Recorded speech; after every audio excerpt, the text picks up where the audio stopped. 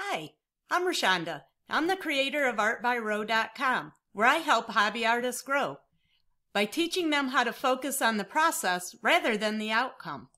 I specialize in developing creativity, creating more art in less time, and using graffiti art to generate ideas instead of always wondering what you should be working on.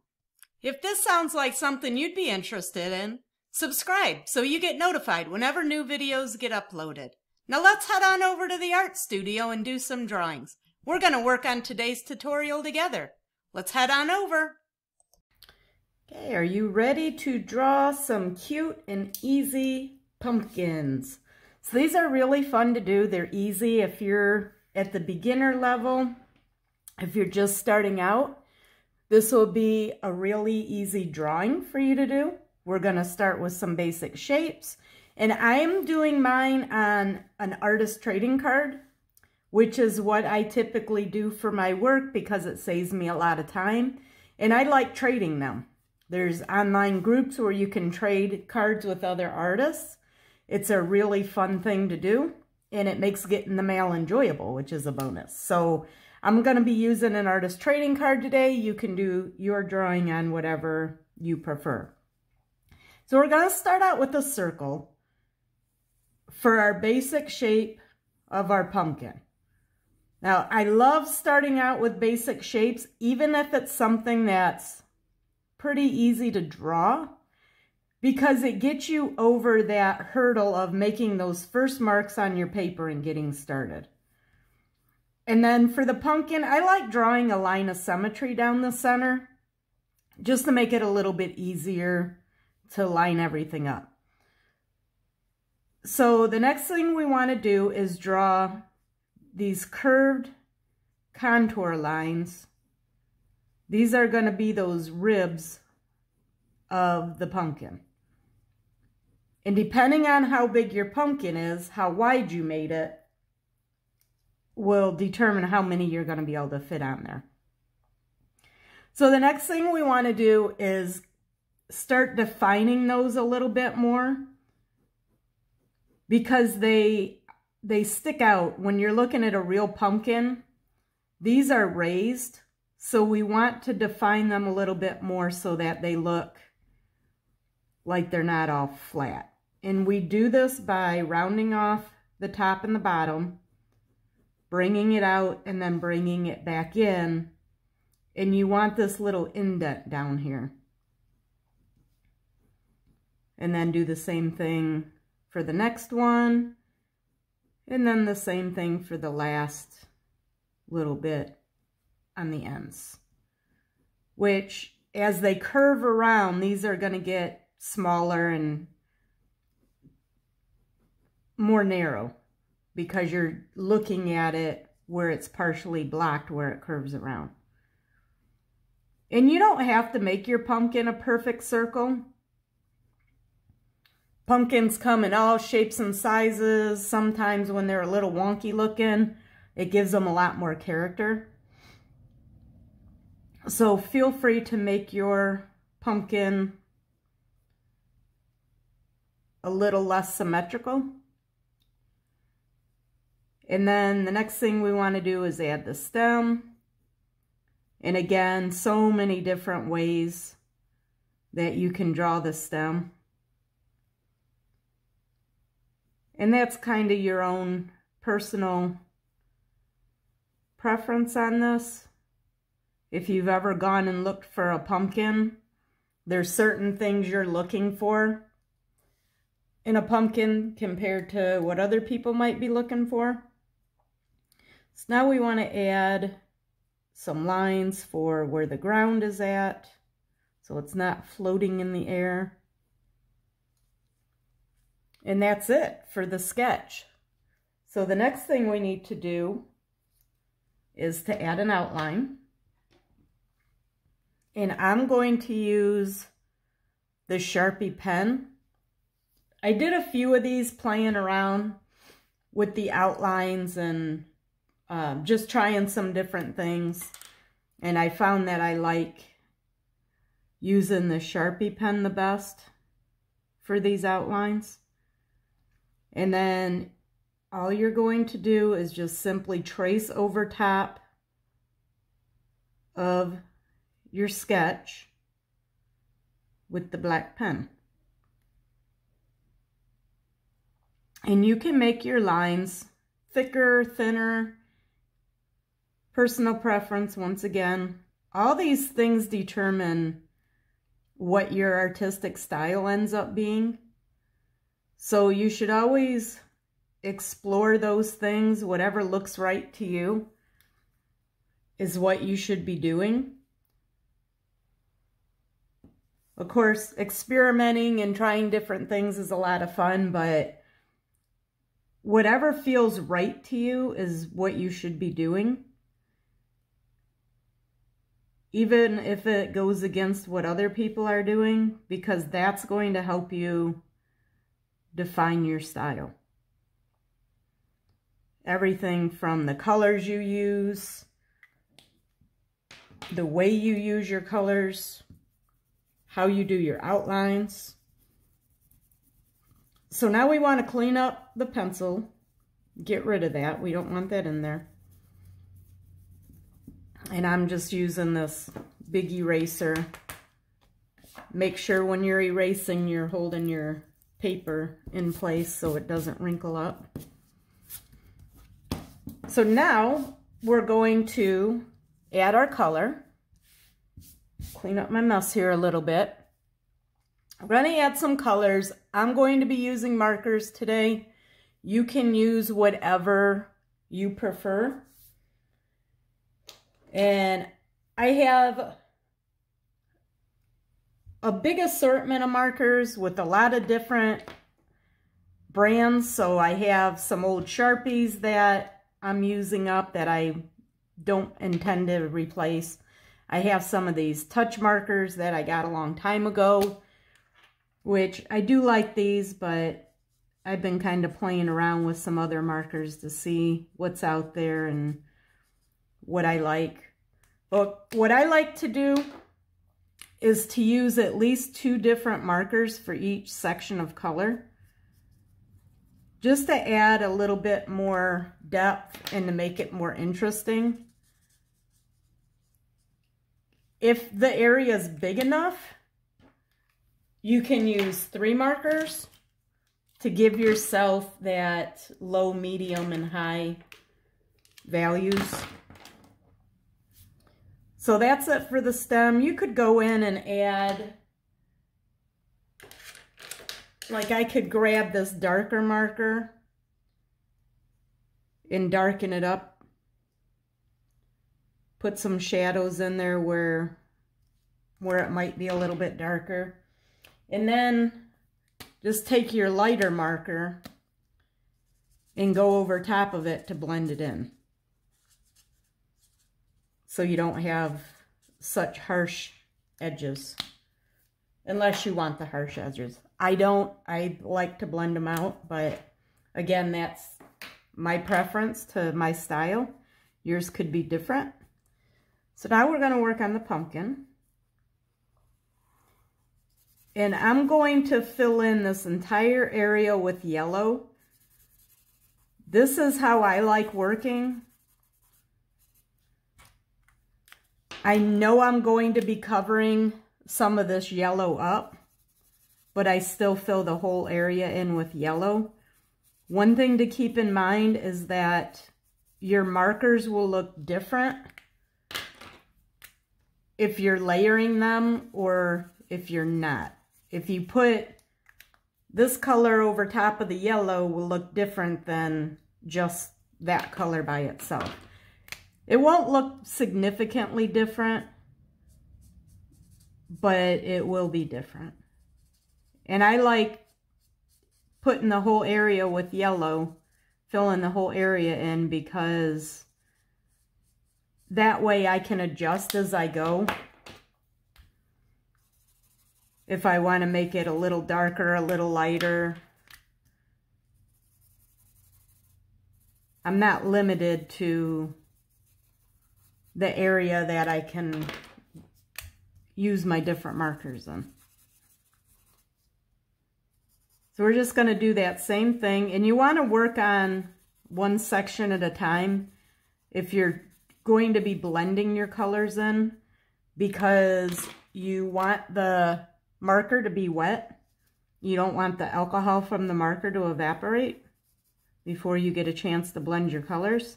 If you're not blending them, if you don't care about getting that smooth transition, then you don't need to worry about it. And another thing I should mention, this has been brought up. I've had people ask about the markers transferring color. So for example, if you go over the yellow, if you use the yellow to go over the orange, will the yellow pick up the orange marker? And the answer to that is no.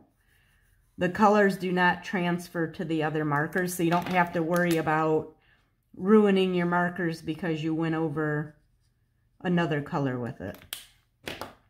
So typically what I'll do is, after I get that darkest color down, which in this case is the orange, I'll go back over with the yellow to blend it all in. There's also colorless blenders that will oftentimes come with different sets of markers. I really don't use them too much, but you can use the colorless blender too. I just use whatever colors I have available. I just use the lightest color, which in the way that I work, because I fill in the whole area with the lightest color anyway, then that works for what I'm doing.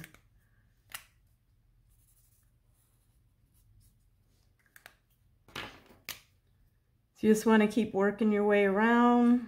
So what I'm doing is leaving some of the yellow showing. I don't want to cover up all that yellow. So there's the pumpkin. Make sure you can see that. So the pumpkin's all filled in. Now I want to do this ground. And I'm going to use a couple of darker green markers. And maybe you want to do something different for your background. That's up to you. When I was making these, I made a few of them yesterday, like I said, just playing around with the outlines. I played around with the sky a little bit. I did some with galaxies and some with, made them all black. Just trying some different things out. I played around with the outlines, making thicker outlines, thinner outlines, and just playing around a little bit. So now I'm going to take this darker green. I'm going to add some shadows underneath the pumpkin. Just breaking up this big area of green. And then just kind of randomly putting in some darker, just to break up that ground area. But I was practicing some different things, playing around, experimenting a little bit, just to see what I liked, what I didn't like, what I preferred. And it didn't take that long to do them. I did several, and I'll show them at the end. But they were all done on the artist trading cards, which really made things easy. It was very quick to do. It's not something that's going to take hours and hours if you do them on the artist trading card. And I'll add a couple links to some articles on getting started with artist trading cards. We have a nice beginner's guide to doing artist trading cards. But they make it really nice for experimenting and trying new things.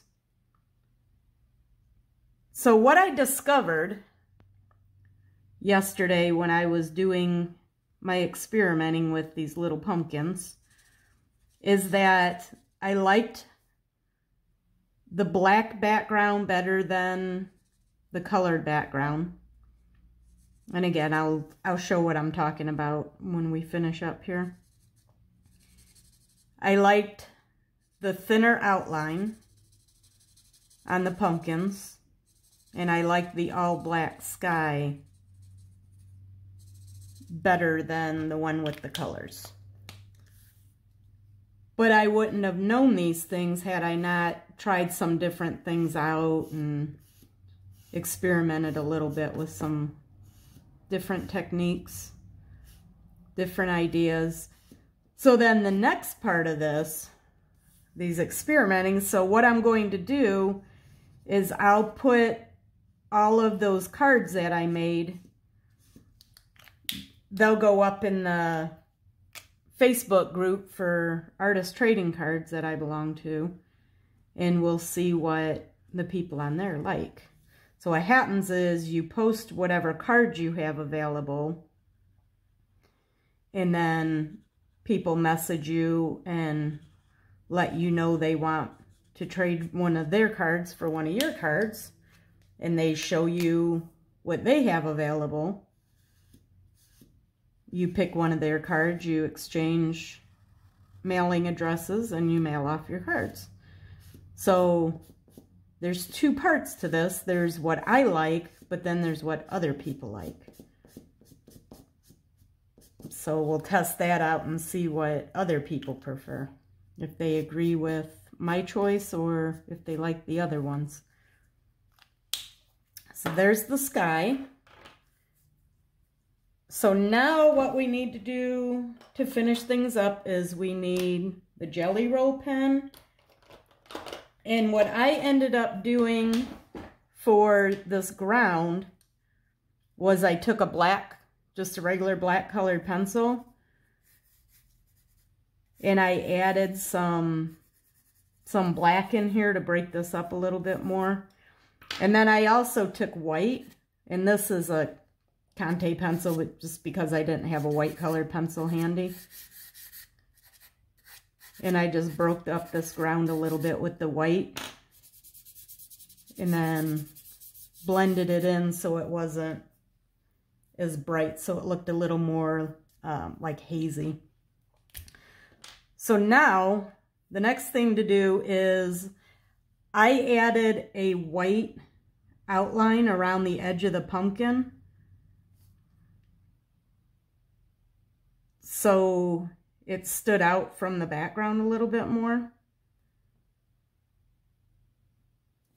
And I really like how these white Jelly Roll pens go over top of the marker. It works out really well.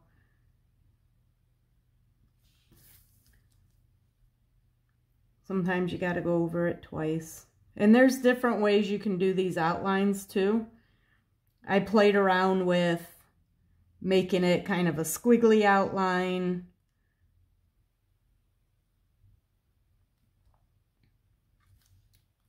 And then the other thing you can do with this is to add some highlights on your pumpkin. You could put a moon in the background. You could do some other things with the background if you wanted to. But what I did was I just took this white pen and added some stars.